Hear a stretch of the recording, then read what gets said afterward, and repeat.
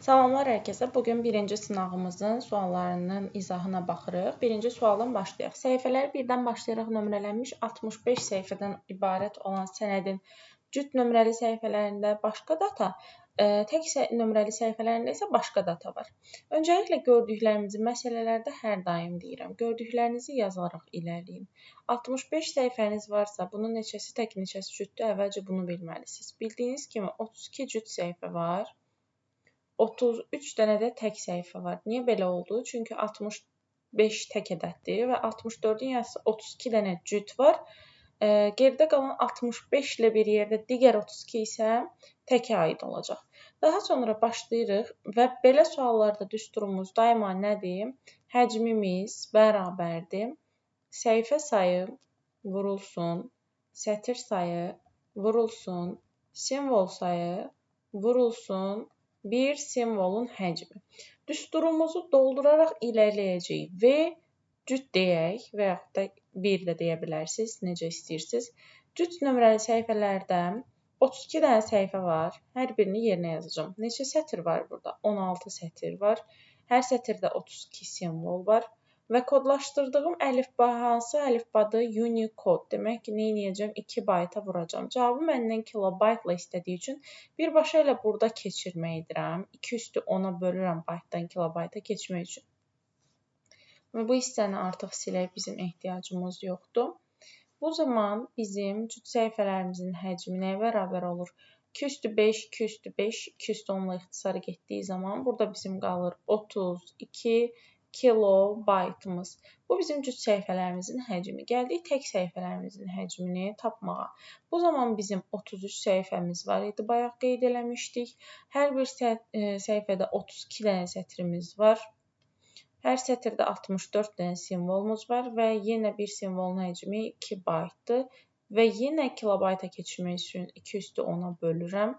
İxtisarlarımı aparıram. Və burada V tək səhifəm bərabər olur 132 kilobayta. Məndən nə istəyir? Ümumi həcmi istəyir. Təki tapdım, cütü tapdım. Nə edəcəm? Bunları toplayacağam. Cütlərin həcmi plus təklərin həcmi bərabərdir. 32 kilobayt plus 132 kilobayt. Doğru cavabımız olacaq 164 kilobayt. Davam edirik ikinci sualla. Fərz edək ki, video kamera 1 saat ərzində 6 terabayt informasiya yazır. 20 dəqiqə ərzində neçə gigabayt video yazacaq? Gəlin baxaq. Ümumiyyətlə, tənasüb şəklində qeyd edirik ki, 1 saata 6 terabayt yazırsam, bizdə nə istəyir? 20 dəqiqə ərzində neçə gigabayt qeyd eləyək, neçə gigabayt informasiya da yazacaq. Bu halda biz tənasübümüzü qura bilərik. Amma bu bizim üçün daha sonra müəyyən hesablama dəyişiklikləri aparmamıza məcbur edəcək. Hazır ondansa öz vahidlərimizi bərabərləşdirərək, yəni məsələn saatı dəqiqəyə çevirərək, terabayt, gigabayta çevirərək tənasübümüzü təkrar yazaq. 1 saatımız 60 dəqiqədir, doğrudurmu? Yazıram 60 dəqiqədə 6 terabayt 6 vurulsun 2 üstü 10 gigabayt. 20 dəqiqədə isə mən x gigabayt ötürmə edəcəm və artıq vahidlərin bir-birinə bərabər olduğu üçün bu zaman vahidləri yazmadan belə tənliyimi qura bilərəm. Bildiyiniz kimi düz mütənasiblikdə çalçarpaz vurulur. Tənasübdə 60x bərabər olacaq 6 vurulsun 2 üstü 10 vurulsun 20-yə. Bu zaman x bərabərdir 6 vurulsun 2 üstü 10 vurulsun 20 bölünsün 60. İxtisarlarımızı burada 3 qalır. İxtisarlarımızı apardığımız zaman da biz nə alırıq? 2 üstü 11, yəni 2048. Daha sonra gəlirik belə bir sualla qarşılaşırıq. Burada informasiyanın xassələrini istəyir bizdən. Baxırıq informasiyanın xassələrindən birini özü verib, digərini bizdən istəyir. Obyektivlik, tamlığı, etibarlılığı, aktuallıq, qiymətlilik hamısı informasiyanın xassələridir. Buna görə seçə bilmədik. Demək ki, bunu qoyuruq, keçirik ya informasiya proseslərinə görə seçməyə, ya da ki, burada bir dənə bizə özü ipucu verib ki, bu diskretdir. Diskret ümumiyyətlə, yadınıza düşürsə, informasiyanın nə idi? Forması idi. Hansı ki, informasiyanın formalarına görə, belə yazaq, informasiya necə olurdu? Kəsilməz olurdu, yəni analoq və kəsilən olurdu, yəni diskret.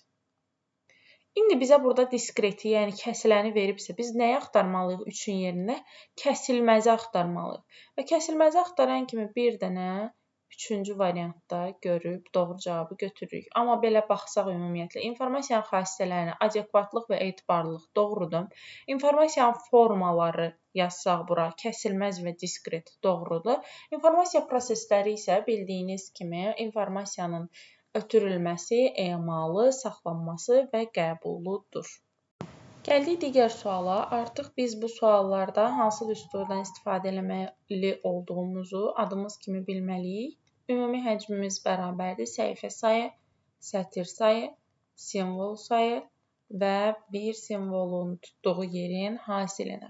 İndi başlayırıq doldurmağa öz düsturumuzu. Unicode ilə yığılıb deyirsə, bir simvolun həcmi nə olacaq? 2 bayt olacaq. 16 sətir varsa deyir, nə edirəm? Sətirimin yerinə 16 yazıram. Hər sətirdə 128 simvol varsa, 128-i də bura yerləşdirirəm və həcmim neçədir? 80 kilobayt. 80 kilobayt. Nə istəyir məndən? Səhifə sayını istəyir. Lap əla. Mən tənliyimi artıq qura bilərəm. X vurulsun 16, vurulsun 128, vurulsun 2 bayt bərabərdir 80 kilobayta. Gördüyünüz kimi burada əgər ki vahidlər bərabər deyilsə, bunu çalışın ən tez sürətdə bərabərləşdirin. 80 kilobaytın yerinə mən bayta çevirəndə nə yaza bilərəm? 80 vurulsun 2 üstü 10 bayt yaza bilərəm. Daha sonra x-imi tapmaq üçün 80 vurulsun 2 üstü 10-u böləcəm. 16 vurulsun 128 vurulsun 2-yə. Doğrudurmu? 2 üstü 7-dir. Bu isə 2 üstü 4-dür. Bunları burada ixtisar aparsam, burada bircə dənə 2 qalır. 80-i də 4-ə böldüyünüz zaman doğru cavabınız olacaq 20. Gəldik bir digər suala. Yenə mətin görürük. Mətin görən kimi düsturumuzu qeyd edirik ki, ümumi həcm bərabərdir. Səhifə sayı, sətir sayı, simvol sayı və bir simvolun həcminin hasilinə. Daha sonra burada 1S yazıram. Yəni bir simvolun və bilirsiniz ki, həcm deməkdir, həcmi. Daha sonra başlayıram doldurmağa öz düsturumu ki, deyir ki, 32 dənə işçi var. Bu bir işçi haqqında məlumatın tapılmasıdır. Yəni biz bu düstur vasitəsilə bir işçinin nə qədər datası olduğunu tapıb, sonra 32-yə vuracağıq onu. Ona görə bu 32-ni hələ ki özümüz üçün saxlayırıq və yaxud da ki, burada bir dənə vurulsun, işçi sayı əlavə eləyə bilərik. Davam edirik. İşçi sayımıza yazırıq. 2 üstü 5. 2-nin qüvvətləri şəklində yazacağım hər birini. Hər işçi haqqında 32 səhifədən ibarət. Qeyd edirəm. Yenə 2 üstü 5. Hər səhifədə 32 sətir var. Yenə 2 üstü 5. Hər sətir də 32 simvoldan ibarətdir. Yenə 2 üstü 5. İşçilər haqqında ümumi məlumatı floppy disketə yazacağıq. Ümumiyyətlə bizim bir simvolumuz haqqında heç nə verməyib. Hansı əlifbada kodlaşdırıldığıyla bağlı heç nə verməyib. Bu zaman biz nə edirdik? Avtomatik olaraq ASCII-də götürürdük. Yəni, 1 bayt olaraq bir simvolun həcmini qəbul eləyirdik. İndi gəlin ümumi həcmimizi tapaq. Ümumi həcmi bizdə megabaytla olduğu üçün floppy disket. Gəlin biz də megabaytla tapaq. Ümumi indi hal-hazırda baytdayıq. Baytdan megabayta keçmək üçün nə edirdik? Yadınıza gəlirsə, kiçikdən böyüyə keçmək üçün böləcəyik. Nəyə? 2 üstü 10 burada var, 2 üstü 10 da burada var. Demək ki, 2 üstü 20-yə böləcəyik. Yazıram ki, 2 üstü 5 vurulsun, 2 üstü 5 vurulsun, 2 üstü 5 vurulsun, 2 üstü 5 vurulsun 1 bayt. Böldüm 2 üstü nəyə? 20-yə. Gördüyünüz kimi hər biri ixtisar gedir və nə qalır burada? 2 üstü 0. Hər hansı bir ədədin üstü 0 olduqda nə baş verir? Bu ədəd olur 1. Demək ki, 1 megabayt bizim əlimizdə ümumi olaraq işçilər haqqında məlumat var. İşçilər haqqında məlumatı floppy disketə yazıram. Yəni, 1,44 megabaytın mən 1 megabaytına hər hansı bir data yazdım. Nə qədər qaldı əlimdə? 0,44 megabayt boş yer qaldı. İndi mən bu boş yerə ağ-qara şəkil yazmalıyam. 120 kilobaytlıq. Əvvəlcə 0,44 megabaytı mən nə etməliyəm? Kilobayta çevirməliyəm ki, 120 kilobayta bölə bilim. Bu zaman nə edirəm? 0,44-ü vuracam 1024-ə. Yəni 0,44 megabayt bərabərdir. 0,44 vurulsun 2/10 kilobayt. Bu neçə eləyir? 450,56 kilobayt eləyir. 450,56 kilobaytın içinə neçə dənə 120 kilobaytlıq nəsə yazmaq olar? 450,56-nı böləcəksiniz 120-yə. Bu zaman siz 3 tam nə qədər salacaqsınız? Və yadınızda saxlayın ki, bir datanı bütöv şəkildə, məsələn, bir şəkli bütöv şəkildə diskaya köçürdə biləcəksiniz, ya da köçürdə bilməyəcəksiniz ümumiyyətlə. Yəni, şəklin yarısını köçüb, yarısını köçməmək mümkündürmü? Yox. Ona görə də bu kəsr hissənin bizim üçün heç bir önəmi yoxdur. 3 dənə şəkli tam olaraq yaza bildiksə, bizim doğru cavabımız olacaq 3. Bir sonraki sualımız bizdən informasiyanın obyektivliyi xassəsini soruşur. Yadınıza gəlirsə demişdim ki, informasiyanın obyektivliyi informasiyanın heç bir şəxsi fikirdən asılı olmamasıdır. Necə olurdu obyektiv informasiya? Məsələn, deyirdim ki, bu otaq soyuqdur. Bu obyektiv informasiya sayılmırdı. Niyə? Çünki mənim fikrimə görə və otaqda olan başqa bir insanın fikrinə görə otağın soyuq olub olmaması fikri informasiyası dəyişə bilər. Mən deyərəm soyuqdur, kimsə deyər istidir. Amma mən desəm ki, hal-hazırda otaqda temperatur 22 dərəcə Selsidir, bu artıq obyektiv informasiyadır. Çünki bu termometrə böyük ehtimal ki, baxılıb deyilmiş bir informasiyadır və heç kim bunun əksini iddia eləyə bilməz. Gəlirik bir digər belə maraqlı şəbəkə ilə ötürülmə məsələlərinə. Şəbəkə ilə ötürülmə məsələlərinin əsasını tənasüb təyin eləyir, tənasüb daha doğrusu əks etdirir. Deyir ki, şəbəkə ilə ötürülməzdən əvvəl informasiya elə kodlaşdırılır ki, informasiyanın həcmi 20% azalır. Yəni, bu informasiyada nə qədər informasiya qalır? 80%, doğrudurmu? Əgər informasiyanın şəbəkə ilə ötürülmə sürəti 8 megabayt bölünsün saniyədirsə, ilkin həcmi 80 megabayt olan faylı kodlaşdırdıqdan sonra ötürmək üçün bizə neçə saniyə lazım olacaq? Öncəliklə tənasübümü qeyd edirəm ki, bu ifadə deməkdir ki, mənim şəbəkəm 1 saniyədə 8 megabaytı ötürə bilir. İndi mən həcmimi tapmalıyam ki, neçə saniyədə o həcmi ötürüləcək bilim. Deyəcəksiniz, ay müəllim, 80 megabaytı bizə verib də, xeyr, axı mən ötürmədən əvvəl onun həcmini 20% azaltmalıyam.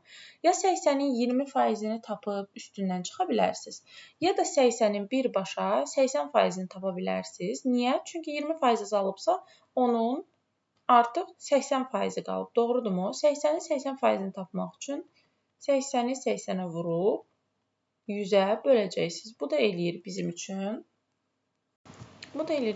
64. Doğrudurmu? Demək ki, əlimizdə 64 megabayt datamız var. Bu zaman yenə tənasüb çalı-çarpaz qayda ilə 8x bərabər olur 64-ə. X nəyə bərabər olur? 8 saniyəyə. Bu da bizim doğru cavabımızdır. Bir digər sualda bizdə informasiyanın xassəsi olmayan variantı soruşur. Bildiyiniz kimi 11 əsas xassə öyrənmişik ki, bunlar obyektivlik, tamlıq, dəqiqlik, adekvatlıq, aktuallıq, aydınlıq, etibarlılıq, faydalılıq, qiymətlilik, mövcudluq və əlçatanlıqdır. Bunların içində hansı haqqında danışmadım? Diskretlik haqqında danışmadım. Diskretlik nəyin xassəsi idi? Alqoritmin xassəsi idi. Bir digər sualda deyir ki, faylı 25% arxivləşdirdikdən sonra həcmi 12 megabayt olubsa, faylı arxivləşdirməmişdən əvvəl neçə megabayt olub? 25% arxivləşdirmək nə deməkdir? Onun artıq 75%-i qalıb. Demək ki, 75%-i 12 megabayt olan bu fayl arxivləşməmişdən əvvəl, yəni 100% olduğu zamanlarda neçə megabayt idi? Bunu necə tapırıq? Yenə düz mütənasiblik, çalı-çarpaz vururuq. 75x-iniz bərabər olur 1200-ə, x də bu zaman bərabər olur 16-ya.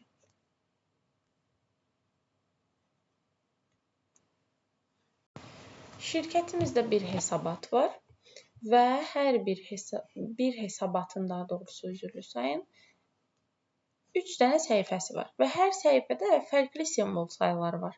Ümumiyyətlə, simvolların hansı əlifbada kodlaşdırıldığı ilə bağlı heç nə verməyibsə, biz bunu ASCII qəbul edəcəyik, bayaq dediyim kimi, və bir simvolun həcmi neçə götürəcəyik? 1 byte götürəcəyik. İndi birinci səhifəmizdə, burada artıq səhifə sayımız 1-dir, sətr sayımız 1-dir. Bizə ancaq lazımdır simvol sayı vurulsun bir simvolun həcmi, doğrudurmu? Bu zaman biz nə edirik? Və birinci səhifə nə yazacağım? Yazacağım ki, 300 simvol vurulsun 1 byte. Yəni nə olacaq V1-im? 300 byte olacaq, doğrudurmu? V2 eyni məntiqlə 52 byte olacaq. V3 eyni məntiqlə 160 byte olacaq. Və deyir ki, 1 megabaytlıq diskə bu hesabatı neçə dəfə yaza bilərəm? Ümumi həcmimi tapım görün, mənim ümumi həcmim neçədir? 460 və 52 ilə də toplasaq 512 byte. Burada bizim datamız var. Doğrudurmu? Gəlin tapaq görək.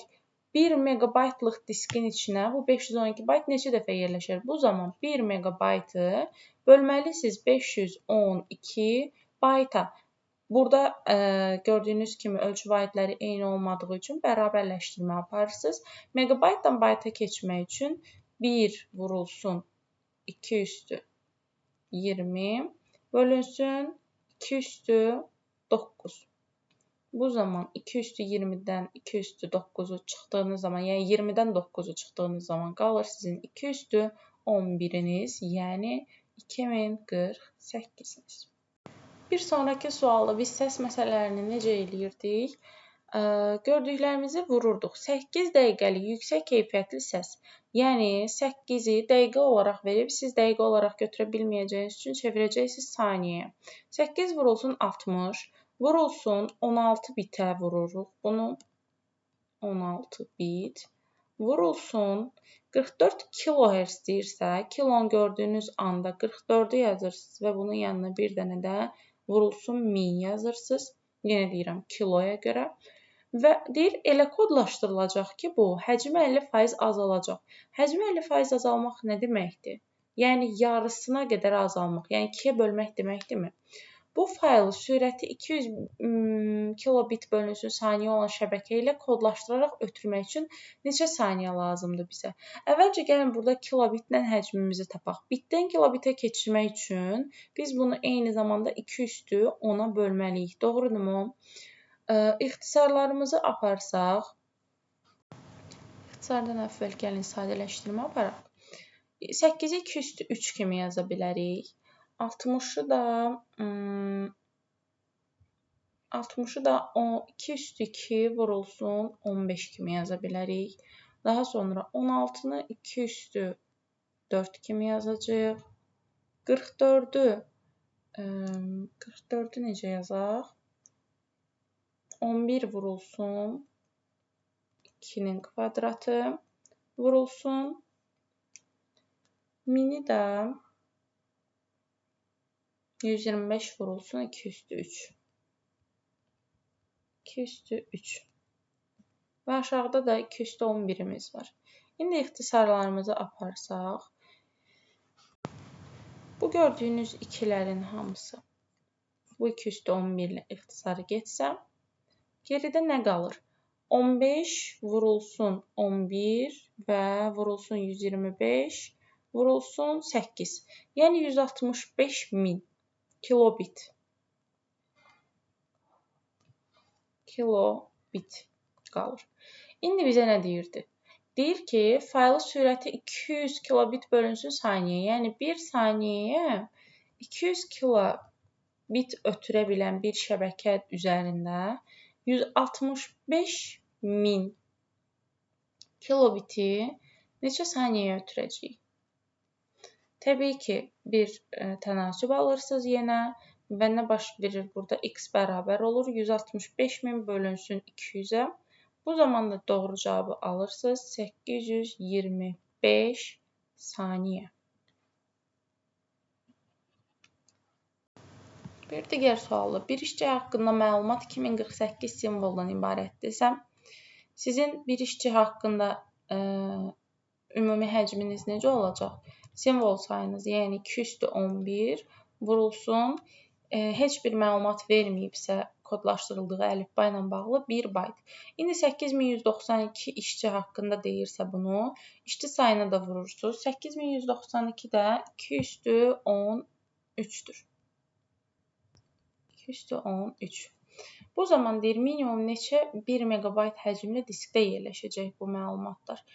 Həcmimizi tapdıq ki, həcmimiz 2/23 baytdır. Doğrudurmu? Bunu əgər biz megabayta çevirəsi olsaq, bu zaman bölürük. Baytdan megabayta çevirmək üçün 2/20-yə bölürük. Bu zaman tapırıq ki, 8 megabayt əlimizdə bir data var. Minimum neçə dənə 1 megabayt həcmli diskdə yerləşə bilər? Yəni 8 megabaytı neçə dənə 1 megabaytlıq disklərə yerləşdirə bilərik? Bu zaman doğru cavabımız alınır 8. Gəldik bir digər suala. İlkin həcmi 35 megabayt olan fayllarla dolu qovluqdan əvvəlcə 2560 kilobaytlıq bir mətn faylı, daha sonra isə 512 kilobaytlıq bir şəkil faylı siliblər. Bu qovluğu arxivləşdiriblər və hər hansı bir şəbəkə ilə ötürüblər. Hələ ora gəlib çatana qədər silək. Deməli, 35 megabayt faylınız var idi və daha sonra bunun üzərindən 2560 kilobayt sildilər və daha sonra 512 kilobayt sildilər. Nə silindiyinin önəmi yoxdur. Əsas odur ki, silinib. 2560 kilobaytı megabayta çevirmək sizin üçün daha asan olacaq. Çünki 1024-ə böləcəksiniz və bu zaman alacaqsınız ki, 35 megabayt çıxılsın 2,5 megabayt, çıxılsın 512 kilobayt da 1024 kilobaytın, yəni 1 megabaytın yarısıdır. Doğrudurmu? Bu zaman da 0,5 megabayt. Deməli, necə oldu? 35-in üzərindən 3 çıxdınız, qaldı sizin 32 megabayt əlinizdə fayl. Daha sonra nə baş verir? Bu faylı biz ötürmə sürəti 1 saniyəyə 2 megabit olan hər hansı bir şəbəkə üzərində ötürəcəyik. Burada biraz işlər dəyişir. Çünki biz burada cavabı megabaytla aldıq. Bizdən megabitlə ötürülmək istəyir. Yaxşı, gəlin 25% arxivləşdirməni hələ tapaq, sonra megabitə çevirmə edərik. 32 megabayt faylımız 25% arxivləşdirilsə nə baş verəcək? Onun 75%-i qalacaq, doğrudurmu? Yəni 32 megabayt bizim 100%-imiz idisə, 75%-imiz neçə olacaq? X. Bu zaman 100x-iniz bərabərdir 32 vurulsun 75-ə. 32-ni 75-ə vurduğunuz zaman 2400 edir. 2400-ü də 100-ə böldüyünüz zaman 24 megabayt edir. 24 megabaytı da götürdük. Oradakı hesablamanı artıq silək, çünki bizə yer lazımdır. Aha, 24 megabaytı indi biz nə etməliyik? Neçə megabit olduğunu tapmalıyıq. 24 megabayt bərabərdir neçəsə megabitə. Bu zaman nə edirik? Megalar eynidir deyə bir müddət bunları görməzdən gəlirik, silmirik, ixtisar və ya islah eləmirik. Sadəcə bir müddət görməzdən gəlirik. Baytdan bitə keçmək üçün nə etməlisiniz? 8-ə vurmalısınız. Deməli, megabaytdan megabitə keçirmək üçün də ancaq 8-ə vurmağa ehtiyacınız var. Bu zaman siz 24-ü 8-ə vursaz 192 alacaqsınız. Yəni, sizin 24 megabaytınız 192 megabitə bərabər imiş. Vəssalam, burada gətirib yerinə qoyursunuz. İndi neçə dəqiqəyə ötürüldüyünü soruşur sizdən. Siz cavabı saniyə ilə tapacaqsınız, sonra çevirmə edəcəksiniz. Daha sonra yenə 2x bərabər olur 192-yə. X nəyə bərabər olur buradan? 192-yi 2-yə böldüyünüz zaman cavab alınır 96 saniyə. Çox uşaq 96 saniyəni gördüyü zaman çaşır. 96 saniyədirsə, 1 dəqiqəniz neçə saniyədir? 60. Demək ki, siz 96-nı 60-a bölərək neçə dəqiqədə ötürmə etdiyinizi tapa bilərsiniz. Yəni 1,6 dəqiqədə ötürmə etmisiniz. Gəldik printer sualına. Printer çap sürəti 54 vərəq bölünsün dəqiqə. Yəni bu printerimiz 1 dəqiqə ərzində bizim 54 dənə vərəq çap edə bilir. Lap əla. Bunu burada qeyd elədik və digər hesablamalar üçün digər hissəyə keçirik. Əgər hər vərəqdə nə qədərsə məlumatlar var bizim üçün və biz neçə saniyədə bu dataları çıxardacaq, onu tapacaq. Burada böyük ehtimal ki, bizə vərəqi verməyib. Gördüyünüz kimi biz əvvəlcə vərəq sayını tapmalıyıq. Düsturumuzu yazırıq ki, ümumi həcmimiz bərabərdir. Səhifə sayı və yaxud da vərəq sayı fərqi yoxdur. Vurulsun sətr sayı, vurulsun simvol sayı, vurulsun bir simvolun həcmi. Doğrudurmu? Başlayıram doldurmağa öz düsturumu. 32 dənə simvolum var. Yazıram 2/5. Daha sonra 48 dənə sətrim var. Yazıram 3 vurulsun 2/4. 162 kilobaytdır ümumi həcmim. Bunu da qeyd edirəm özüm üçün. 162 kilobayt. Və bir simvolun həcmi ilə bağlı heç nə deməyib deyə nə edirəm? Bunu da bir bayt olaraq qəbul edirəm. Səhifə sayım da x-dir. Düsturumu doldurdum. X vurulsun 3 vurulsun 2/4. Bunları niyə belə yazdığımı birazdan görəcəksiniz özünüzdə. Vurulsun 2/5 vurulsun 1 bayt bərabərdir. 162 vurulsun 2/10 bayta. Birbaşa bayta çevirdim kilobayta artıq əziyyət çəkmək deyə. X-imiz nəyə bərabərdir? 162 vurulsun 2/10 bölünsün 3 vurulsun 2/4 vurulsun 2/5 vurulsun 1. Buradan bunları ixtisar eləsək, burada bir dənə 2 qalır. 162-ni də siz 3-ə böləndə 54 alırıq. Doğrudurmu? 54-ü də 2-yə vursaq 108. Deməli, bizim 108 dənə vərəqimiz var. Lap əla. 1 dəqiqəyə 54 dənə vərəq çıxardan hər hansı bir printer 108 dənə vərəqi neçə dəqiqəyə çıxardacaq? X dəqiqəyə çıxardacaq. Burada da görürsünüz ki, vərəq sayı 2 dəfə artıbsa, dəqiqə sayı da nə etməlidir? Dəqiqə də 2 dəfə artmalıdır. Yəni 2 dəqiqəyə çap olunacaq. Saniyə ilə soruşurdu. Görürsünüz, səhv elədik. Deməli, dəqiqə ilə tapdıq cavabı. Okey, indi nə etməliyik? Saniyəyə çevirməliyik. 1 dəqiqəmiz 60 saniyədirsə, 2 dəqiqəmiz də 2 vurulsun 60 saniyədir. Yəni 120 saniyə bizim doğru cavabımızdır. Gəldik son sualımıza. ASCII kod cədvəlindən bir hissə verib və A simvolunun kodunu istəyir bizdən. Və biz artıq bilirik ki, ASCII kod cədvəlində bütün simvolların nömrələri ardıcıl olur, onluq kodları ardıcıl olur. Və demişdim ki, hansı kiçik və böyük hərfləri bir arada görürsünüzsə, ümumiyyətlə hər daim kiçik hərfdən böyük hərfin fərqi bütün üzr istəyirəm, biraz səhv yazdım. Kiçik hərf və böyük hərfin fərqi bütün hərflərdə bir-birinə bərabərdir. Yəni, kiçik Z-dən böyük Z çıxanda, kiçik A-dan böyük A-nın fərqini alırsınız. Və daim əgər yadınızda saxlaya bilirsə, yadınızda saxlayın ki, kiçik və böyük hərflərin fərqi daima 32 verəcək sizə. Bu, bəzən sınaqlarda dəyişir. Sınaqlarda ASCII kod cədvəlini dəyişdirərək salırlar. Amma ümumiyyətlə belə bir haqqı heç kəsin yoxdur. ASCII kod cədvəli dəyişməzdir və imtahanda da heç vaxt dəyişmədən düşəcək. Yəni, onluq kodları arasında bunların daima 32 var. Həqiqətən də baxaq 32 varmı? 122-dən çıxsaz 90-ı, bunu da bərabər eləsəz 97 çıxılsın böyük A-ya. Bu zaman siz alırsınız 32 bərabərdir. 97 çıxılsın A. Bu zaman A nəyə bərabərdir? 97-dən 32-nin fərqinə. 97-dən də 32-ni çıxanda alırsınız 65. Demək ki, sizin A-nızın onluq kodu 65-dir. Bunu tapdıqdan sonra sizdən nə istəyir? 16-lıq kod. 16-lıq kodu tapmaq daha asandır. Nə edəcəksiniz? 65-i götürüb 16-ya böləcəksiniz. 65-i 16-ya böləndə cavabı alırsınız. 16-ya böləndə alırsınız 4. Qalıq isə neçə qalır? Qalıq isə qalır 1. Necə yazırdıq say sisteminə keçəndə? Birinci qisməti yazırdıq, yəni belə yazaq, 65 onluq bərabərdir. Birinci qisməti yazırıq, daha sonra isə ardıca da qalığı yazırıq. Bu da bizim 16-lıq say sistemində 65 ədədimiz. İzlədiyiniz üçün təşəkkürlər. Ümid edirəm hər şey aydın oldu.